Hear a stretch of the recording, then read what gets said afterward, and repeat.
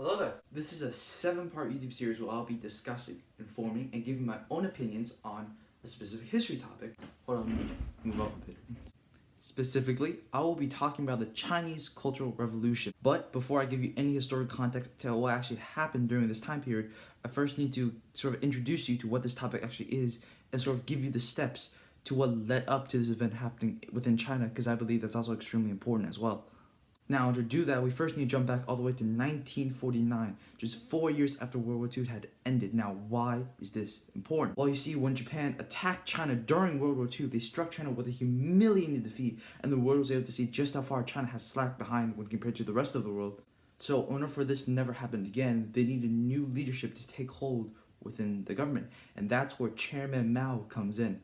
Now, for those of you who don't know who Chairman Mao is actually the party leader for the Communist Party within China and was sort of the founding father of the People's Republic of China that we now know today. And surprisingly enough, he came into power in 1949. And Mao's main goal was just try to modernize China so it can actually compete with the rest of the world, because like I said before, China was really lacking in both military and industrialization, and that's why it was falling so far behind. Now, in order to complete his goal, he tried to push the government to organize these really big campaigns to try to reform society and get the people's support and take control over the people.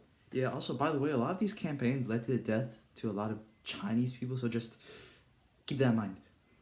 Now, out of these campaigns, one of them was called the Great Leap Forward, which was actually the second one of Mao's 5-year plans, which is essentially just multiple plans to try to modernize China, as we said before. Now, this plan, the Great Leap Forward, his goal was try to industrialize China, but it was just a complete failure. You see, what happened was that a lot of the products that they ended up producing were deemed to be completely useless, and in addition to that, a famine actually took place during this time period as well. And the reason for this was because they took a lot of the farmers away from the lands and put them into these industrial places. And what ended up happening was that there weren't enough farmers to make food for the people, so a famine took place and everyone starved to death, like around 30 million people. So pretty bad.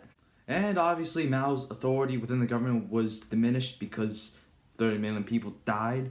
And as a way to try to recover from this and gain his authority back within the government, he launched his Cultural Revolution in 1966. Took me long enough, right?